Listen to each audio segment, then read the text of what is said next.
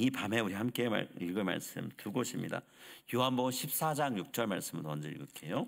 요한복음 14장 6절 말씀입니다. 신약성경 요한복음 14장 6절 우리 한 목소리로 같이 읽도록 하겠습니다.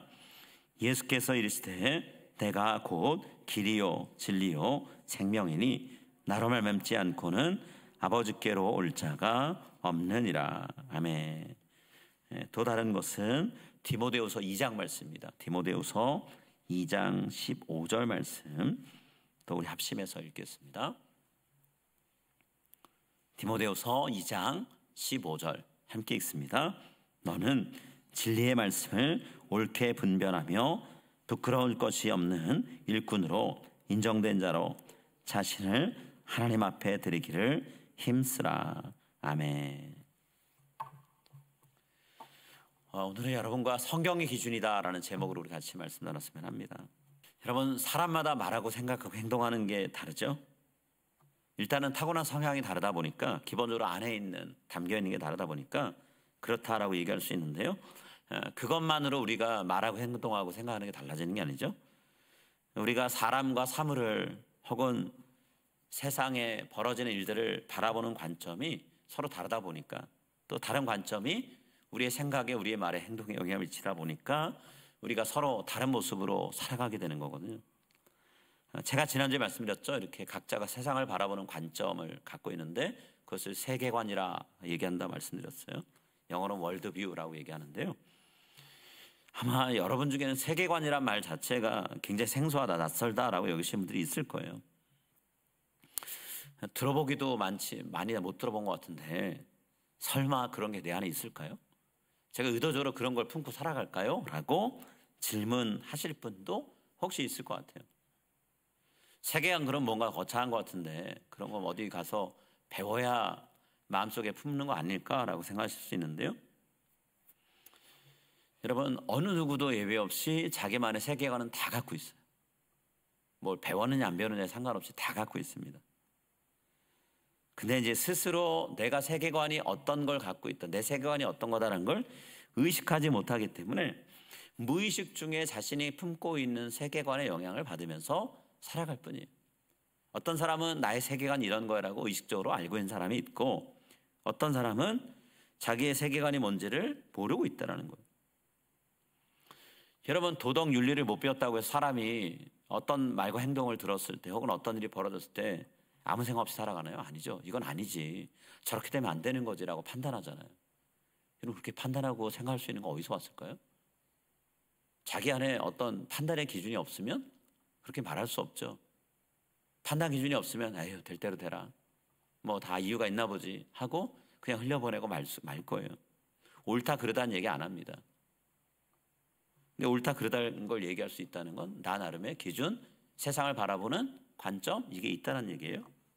자, 또 우리가 뭐 전문 정치학자 아니죠. 그렇다고 뭐 정치에 뛰어들어서 인생을 사는 정치가도 아니잖아요. 정치인도 아니잖아요.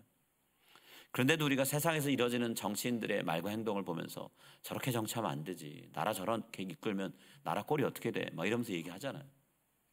정치인들 우리가 입에 올리면서 욕을 하기도 하고 칭찬하기도 하죠. 여러분, 그럴 수 있는 건 뭘까요? 우리 안에 또 나름의 기준이 있다라는 거예요.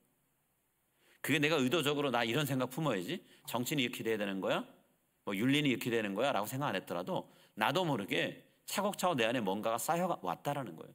그리고 그게 일종의 기준이 됐다라는 거죠.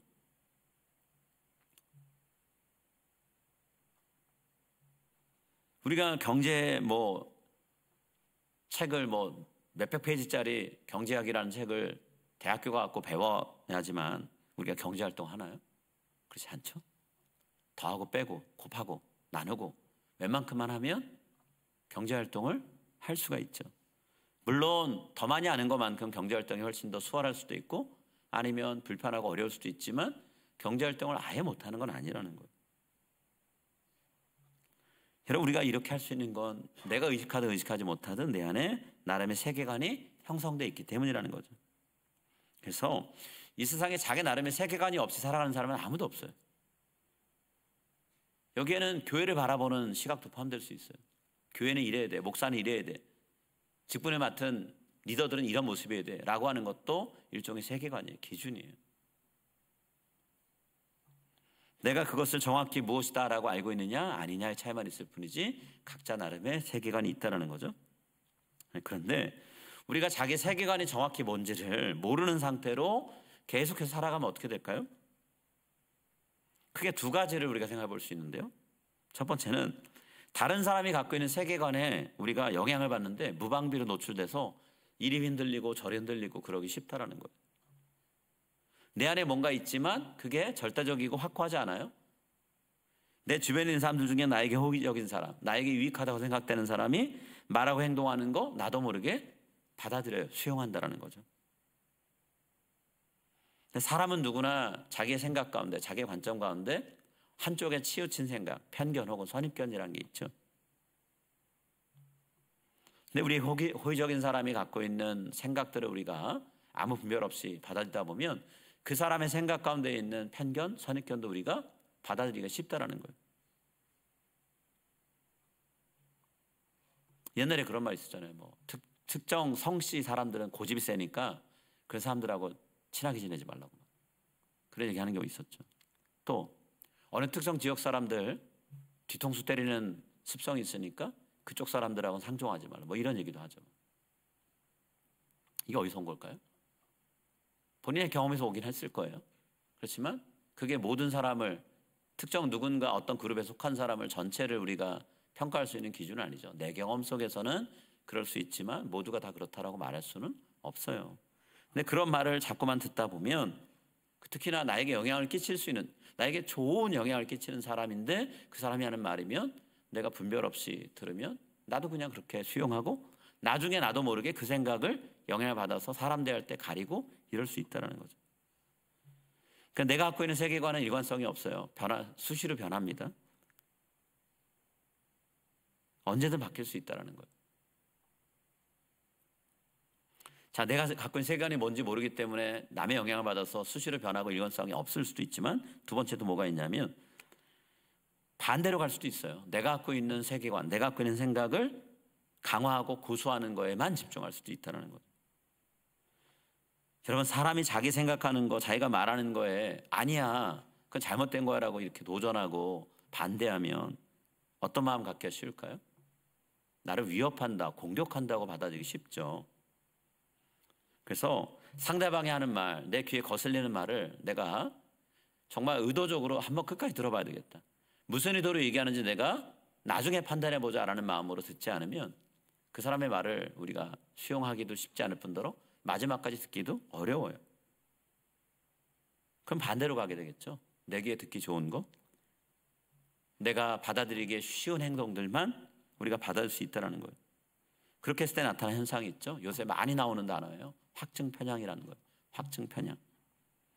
내 가치관, 내 신념, 내가 판단하는 거, 여기에 어울리는 거, 맞는 것만 주목하고요. 나머지 그것과 어울리지 않는다 생각되는 모든 정보는 다 무시하고 버리면서 가는 태도, 사고방식을 얘기하는 거예요. 그래서 내가 이전에 갖고 있던 거 확증해줘요. 말들이. 근데 한쪽으로 결과적으로는 치우친다는 거예요. 우리가 이렇게 살아가게 되면 내가 지금 품고 있는 생각이 옳은 걸까? 그런 걸까? 이거는 별로 중요하지 않아요. 그거 그렇게 대단히 생각 안 합니다. 오히려 내가 갖고 있는 생각이 옳아라고 확고하게 생각하면서 우리한테 중요한 건 내 생각에 어울리는 말이냐 행동이냐 아니냐 이것만 중요하다라는 거예요. 사람도 평가할 때 저 사람이 나를 위하는 사람이 아니야? 이것만 중요하게 된다는 거예요. 쓴소리하는 사람, 나쁜 사람, 내가 듣기에 좋은 얘기하는 사람, 좋은 사람 이렇게 단순하고 쉽게 평가하기 쉽다라는 거예요. 결국 이게 뭔가요? 내가 나 중심으로 생각하는 거잖아요. 내가 중심에 있어서 모든 걸 생각하고 판단하는 거잖아요. 성경이 가장 경계하는 죄가 뭐죠? 자기중심성이죠. 내가 주인 돼가지고 모든 걸 판단할 수 있다는 거예요. 여러분, 하나님을 떠나서 타락한 문화를 갖고 살았던 사사시대, 무너지기를 반복했던 이 사사시대의 특징이 뭐였나요? 그 시대의 특징을 나타내는 표현이 딱 하나 있죠. 각자가 자기가 생각하기에 옳은 대로 살아갔다. 그거잖아요. 사사기 21장 25절 말씀, 사사기 맨 마지막 말씀에 지금까지 21장 내용 동안 쭉 얘기했던 거를 한마디로 요약하면 이겁니다 라고 할 만한 그런 내용이 써 있죠. 사사기 21장 25절 뭐라고 말씀하냐면 그때 이스라엘에 왕이 없으므로 사람이 각각 자기의 소견에 옳은 대로 행하였더라 그랬어요. 여기 왕이 없어서 각자 자기 멋대로 생각하고 행동했다라 했잖아요. 이 말씀에서 얘기하는 왕은 누굴 얘기할까요? 인간 왕을 얘기할까요? 아니에요. 인간 왕을 얘기하는 게 아니에요. 다윗, 사울 같은 왕이 사사시대 이후로 세워졌잖아요. 이스라엘 백성이 그러면 왕이 있었으니까 자기들 마음대로 생각하고 판단하고 행동하는 거 그쳤나요? 아니잖아요. 인간 왕을 중심으로 혹은 인간 왕에 반대하면서 각자 자기를 기준으로 옳고 그름을 판단하면서 어떤 때는 반역하고 어떤 때는 순종하고 어떤 때는 사람을 짓누르고 어떤 때는 사람을 위하고 막 이랬잖아요.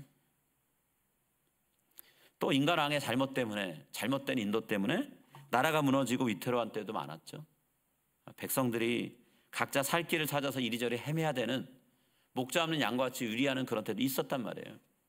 그래서 에스겔이 이야기할 때 이스라엘 백성을 바라보면서 목자 잃은 양과 같은 모습에 대해서 이야기했단 말이에요.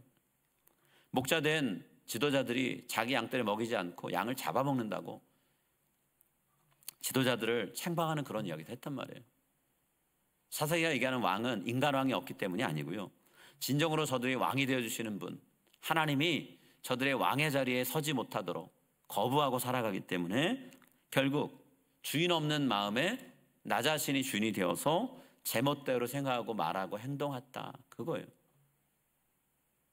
생각과 말과 행동의 기준이 되어주실 분, 진정한 이 세상의 통치자 왕이신 하나님이 그들 안에 계시지 않으니 이렇게 살아가더라. 한탄하듯 사사기 기자가 얘기하는 거죠. 여러분, 세계관이 있는 것도 중요하지만 세계관을 형성할 때 세계관의 기준이 되는 게 뭐냐, 이건 더 중요하죠. 무엇을 기준으로 우리가 옳고 그름을 판단하고 그것을 우리가 마음속에 쌓아서 세상을 바라보는 나의 관점이 되게 할 거냐라는 거예요. 여러분, 우리 그리스도인들이 살아가는 데 있어서 이것이 가야 될 길이고 아니다라는 것을 평가하고 판단하는 기준으로 삼아야 되는 게 있다면 뭐가 있을까요? 하나님 말씀이죠. 그리고 하나님 말씀이 어떤 사람에겐 어렵고 추상적이다 여겨지니 예수님께서 오셔서 하나님이 여러분에게 원하는 삶은 이런 겁니다. 몸소 삶으로 보여주고 말씀하셨잖아요. 성경 말씀이라 말할 수도 있고 말씀이 육신이 되신 예수 그리스도의 삶과 그분의 가르침이 우리가 기준으로 삼아야 될 것이다 라고 말할 수도 있겠죠. 여러분, 예수님 우리가 살아가야 되는 삶의 길을 보여주셨죠. 또 시대가 변해도 변치 않는 진리가 무엇인가를 말씀을 통해 가르쳐 주셨어요. 그래서 예수님께서 요한복음 14장 6절에서 예수님 자신을 얘기할 때 이렇게 얘기하시잖아요. 예수께서 이르시되 내가 곧 길이요 진리요 생명이니 나로 말미암지 않고는 아버지께로 올 자가 없느니라. 인생을 살아갈 길을 찾고 있느냐? 그러면 나를 따라와라. 내가 길이다 말씀하시는 거예요. 시대는 변해도 절대로 변함없이 한결같이 유지될 영원한 진리가 뭔지 알고 싶으냐? 그렇다면 나에게로 와서 내 말에 내 삶에 귀를 기울여라 말씀하시는 거예요. 너희가 이 땅에서만 살지 않고 영원한 생명을 얻길 원하니? 그럼 나에게로 와라. 영원한 생명을 이루는 길 나다. 내가 너에게 생명 줄 수 있다 말씀하시잖아요. 영원한 생명을 누리는 우리가 영원히 마주하며 함께 해야 될 분은 하나님이시죠. 그 하나님께로 이르는 길 예수님만 안다고 얘기하셨어요. 그래서 나로 말미암지 않고는 아버지께로 올 자가 없다라고 말씀하셨죠. 그래서 우리가 예수님을 믿고 따라야 구원을 얻고 영생이 있다라고 말하는 거잖아요. 여러분, 이 세상 만드신 분도 움직이시는 분도 하나님이세요. 세상 모든 게 하나님 손에 있다고요. 그 하나님이 원하시는 것, 그 하나님이 뜻하신 것을 따라 산다면 그게 우리가 살아야 되는 올바른 삶인 거잖아요. 온 세상을 통치하는 분이 원하는 대로 살아가는 거, 그게 우리가 살아야 될 모습이죠. 근데 우리에게 하나님의 뜻이 뭔지를 스스로 찾아낼 수 있는 능력이 없어요. 그래서 예수님이 이 땅에 오셔서 하나님 뜻은 이거란다라고 입을 열어 가르쳐 주신 거죠. 그리고 그 뜻에 따라 살아가는 삶의 모습은 이러이러해야 된다, 이것이야 라고 몸소 보여주신 거예요. 또 하나님과 매일 매순간 동행하는 삶은 어떻게 이루어지는가 예수님 또 보이셨죠. 수시로 성령 안에서 기도하는 삶을 통해서 하나님과 교제하며 사는 법을 예수님 몸소 보이셨어요. 가장 피곤한 순간에도 이른 새벽에 일어나 혹은 늦은 밤에 한적한 곳을 찾아가서 하나님과 대화하면서 내 오늘의 하루 그리고 내일을 하나님 앞에 내어놓고 하나님 어떻게 가면 좋을까요? 물으면서 가셨다라는 거죠. 여러분, 예수님이 입을 열어서 하셨던 말씀은 어느 것 하나 예수님이 스스로 원해서 한 말 없다 그랬어요. 내가 하고 싶은 말 난 하지 않았다. 하나님께서 나를 통해 전하길 원하시는 말씀만 내가 너에게 전했다 얘기하셨어요. 그렇기 때문에 예수님의 입에서 나온 모든 말씀은 하나님의 말씀으로 우리가 인정하고 그 말씀을 따라 살아가야 되는 거죠. 그리고 그 내용을 토대로 해서 우리가 생각하고 말하고 행동할 때 우리가 바른 길을 갈 수 있는 거죠. 하나님이 원하시는 그 길을 갈 수 있다는 거예요. 그런데 이 세상은 시대가 변하는 것에 따라 달라지는 상대적인 진리를 마치 모든 시대에 적용될 수 있는 절대적인 진리인 것처럼 주장하죠. 그렇지만 그 상대적인 진리가 아무리 오랜 시간 동안 진리로 인정된다고 해도 결국엔 모든 시대에 옳다고 인정될 수 있는 진리는 아니에요. 시간이 조금만 더 지나면 그 진리를 뒤집는 새로운 진리가 나타나게 마련이라는 거죠. 그래서 기존의 진리라고 인정됐던 것들이 이제는 부정되는 상황이 벌어진다는 거예요. 그 대표적인 예가 뭔가요? 과학이 발견해내는 진리요. 과학은 어떤 이론을 하나 생각해냅니다. 그리고 그 이론이 입증될 만한 증거들을 모아요. 그리고 증거가 충분해졌다 생각되면 이제 이거는 진리다라고 선언해요. 그렇게 그 이론이 수백 년, 수천 년을 수십 년, 수백 년 정도를 인정받을 수 있어요. 그렇지만 그것과 완전히 반대되는, 배치되는 새로운 이론이나 근거가 나타나면 기존의 이론은 전면 부정됩니다. 혹은 부분적으로만 인정돼요. 이런 전면적이든 부분적이든 부정된다면 이거는 진리가 아니야라고 말해지는 부분이 있다면 그건 절대적인 진리가 아닌 거잖아요. 상대적인 진리거나 부분적인 진리인 거죠. 근데 이게 과학만 그런 게 아니죠. 우리가 세상을 살면서 여기저기서 듣는 모든 분야들이 다 그렇다는 거예요. 철학이 그렇고 정치가 그렇고 경제가 그렇고 역사가 그렇고 이 각 분야를 연구하는 학자들마다 입장이 달라요. 주장하는 게 다릅니다. 근데 들어보면 틀린 말 아닌 것 같아요. 다 맞는 말 같아요. 근데 그러면 어느 한쪽을 인정하면 끝나느냐? 아니요. 다른 쪽 배제할 수가 없어요. 이것도 들어야 돼요 또. 그러니 완전히 다른 모든 것들을 다 밑에 둘 만큼 절대적인 진리가 그 안에 없다는 얘기인 거죠. 또 시간이 지나면 그것도 옛날 얘기야 라고 하면서 새로운 이야기를 또 꺼내놓는단 말이에요. 기존 학계의 입장 뒤집는 새로운 증거나 자료가 등장하면 모든 게 또 완전히 박혀버린다는 거예요. 이렇게 시대의 변화에 따라서 기존의 진리로 인정됐던 것들이 부정된 일이 반복되니까 사람들이 이제는 뭐라고 얘기하나요? 수십 년 전부터 절대적인 진리란 건 없다. 모든 건 다 한때다. 상대적인 진리만 있을 뿐이다. 그렇게 얘기하죠. 그러면서 기독교인들이 얘기하는 성경의 진리도 결국에는 그 옛날 시대를 살았던 사람들이 주장하는 내용이지 지금 시대를 사는 사람들한테는 아주 구태의연한 말도 안 되는 얘기다라고 주장하는 사람들까지 나온다라는 거예요. 여러분, 하나님은 우리 인간이 그리고 우리가 살아가는 이 세상, 이 지구 혹은 이 우주가 존재하기 훨씬 전부터 불변하는 분으로 진리로서 이 세상에 계셨죠. 세상이 생기기 전에도 그분은 계셨고 세상이 생긴 지금도 계시고 이 세상이 완전히 다 없어지고 새로운 세상이 하나님 나라와 그분의 세상이 열릴 때도 하나님은 계속해서 한결같은 모습으로 계실 거라는 거. 변함이 없다라는 거죠. 진정한 진리시라는 거죠. 그래서 요한복음 계시록 1장 8절 말씀은 하나님의 이야기를 이렇게 얘기하고 있어요. 주 하나님이 이르시되 나는 알파와 오메가라 이제도 있고 전에도 있고 장차 올 자요 전능한 자라 하시더라. 어제도 오늘도 내일도 변함이 없고, 알파와 오메가라는 건 그리스 말의 알파벳의 첫 글자 알파고 맨 끝자 오메가란 뜻입니다. 이 말은 달리 표현하면 나는 처음과 나중이다, 시작과 끝이다라는 뜻이. 하나님을 넘어설 수 있는 건 아무것도 없다는 얘기죠.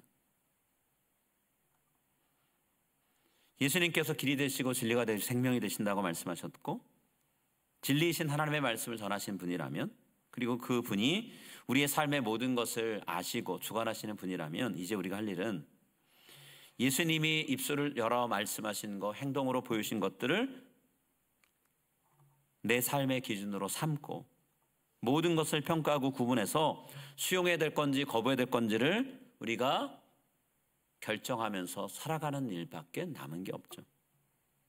하나님 말씀에 부합하는 것들이라면 기꺼이 받아들일 것이고, 그렇지 않은 것들이라면 아무리 좋아 보여도 과감하게 거부하는 게 우리가 해야 될 일이라는 것. 그렇게 하나님이 기뻐하시는 모습으로 살아가는 것, 그것이 저와 여러분이 해야 될 일이고, 우리가 앞으로 살아가면서 그렇게 살아가게 되기를 우리가 소망하면서 앞으로의 삶을 계획했으면 좋겠어요. 그래서 바울이 디모데에게 쓴 편지에서 얘기하죠. 디모데후서 2장 15절 말씀인데요. 우리 이 말씀 한번 같이 읽을게요. 디모데후서 2장 15절, 우리 성경 같이 읽도록 하겠습니다. 자, 함께 읽습니다.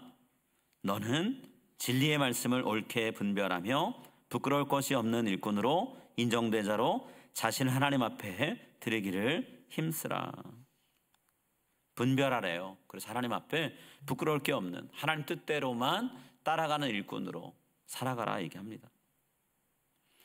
여러분, 우리 하나님의 말씀의 기준으로 분별할 때도요, 조심할 것이 있는 건, 결국에 분별할 때 우리의 생각이 개입이 되면, 우리의 편견과 선입견이 개입이 되면 잘못된 방향으로 갈 수 있는 여지가 여전히 있죠. 그렇기 때문에 우리는 성령님께 도움을 구해야 되는데요, 성령님께서 우리가 분별하는 과정 가운데 함께 하셔서 우리의 이 부족한 지혜를 성령의 지혜로 채워주셔서 신중하게, 조심스럽게 하나님이 원하시는 것과 그렇지 않은 것, 하나님이 기뻐하시는 것과 미워하시는 것, 하나님의 뜻에 부합하는 것과 그렇지 않은 것을 분별하면서 선택하고 살아가게 달라고 우리가 도움을 청해야 된다는 거예요. 감사하게도 우리가 겸손하게 성령님을 의지하고 분별하려고 할 때 우리에게 예수님께서 약속하신 말씀이 있습니다. 성령님께서 우리의 길을 인도하실 것이다 라고 말씀하셨어요. 요한복음 14장 26절입니다. 보혜사 곧 아버지께서 내 이름으로 보내실 성령, 그가 너에게 모든 것을 가르치고 내가 너에게 말한 모든 것을 생각나게 하리라. 물론 우리가 때로는 잘못된 판단과 결정 내릴 수 있어요. 실수할 수 있습니다. 그러나 성령님은 그 실수하고 잘못한 것들을 다시 깨닫게 하셔서 돌이킬 수 있는 기회를 주신다는 거예요. 모든 것을 판단하고 분별할 때 흐트러짐 없이 하나도 틀리지 않고 분별하겠다, 그건 우리에게 불가능한 일이고요. 잘못 갈 수 있으나 돌아올 수 있도록 성령님은 또 깨우쳐 주신다는 거예요. 여러분, 예수님이 하신 말씀을 생각나게 하시고 깨닫게 하시는 성령님이 인도를 해 주실 때 수많은 이론과 철학들이 계속해서 쏟아져 나옵니다. 정말 홍수처럼 쏟아지는 이런 시대에 우리가 올바르게 분별하면서 살아갈 수 있다는 거예요. 성경 말씀의 기초에서 올바른 세계관, 올바른 인생관, 올바른 신앙관을 가지고 혼탁한 세상 속에서 하나님이 원하시는 정결한 삶을 살아가는 저 여러분 될 수 있기를 간절히 소망합니다. 우리의 실수도 하나님께서 깨우쳐 주셔서 실수를 통해 또 배우게 하시고 바른 길로 갈 수 있도록 인도하실 줄 믿습니다.